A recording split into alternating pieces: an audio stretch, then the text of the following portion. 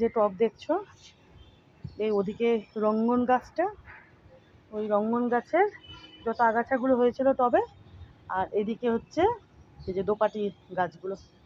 বুঝতে পারছো কত সুন্দরভাবে পরিষ্কার টরিষ্কার করে দিয়েছি, ভালো লাগছে না?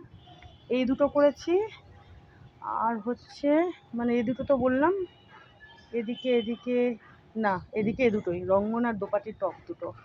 আর এই যে এই বোগেনভিলিয়ার গাছখানা, বুঝেছো, এটা তো ওই যে ওই রকম ঘাস হয়ে গেছিলো, ওই যে ওই রকম না আগাছা হয়ে গেছিলো।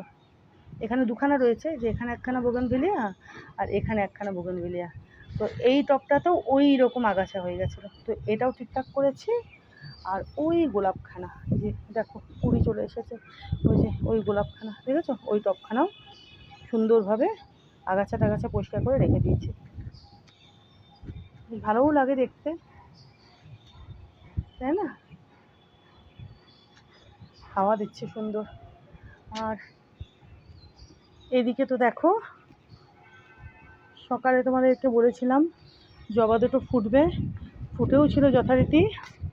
এই যে এই দুখানা জবা, থোক জবা। আর এদিকে দেখো, এই যে লঙ্কা জবাগুলো বড় হয়েছে, আরও বড় হবে এগুলো, এই দুখানা আরও বড় হবে। তো এনারা প্রস্ফুটিত হবার পরেও বৃষ্টি যে হারে হলো দেখো, আবার বুঝে গেল, দেখেছো যেভাবে বৃষ্টিটা হলো কি সুন্দর ফুটেছিল। এটাও ফুটেছিল, এই যে এটাও, এই যে দেখো, দেখেছো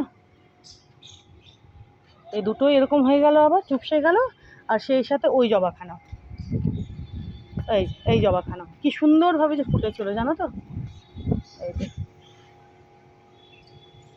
আমি সকালবেলাতে ছাদ থেকে ঘরে যাওয়ার আগেই ইনি সুন্দরভাবে প্রস্ফুটিত হয়ে গেছিলেন, বড় সড়ো হয়ে।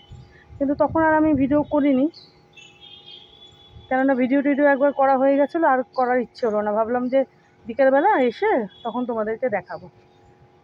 তো দেখো পুরো বৃষ্টির জলে কি হয়েছে, চুপসেও গেছে। তো যাকে আবার হবে প্রচুর কুড়ি, এই যে দেখো কাজ করে কুড়ি। সকালবেলা আমি তখন যাইনি, আমি ছাদ থেকে ঘরে, তখনই ইনি সুন্দরভাবে বড় সড়োভাবে প্রস্ফুটিত হয়ে গেছিলেন, ফুটে গেছিলেন।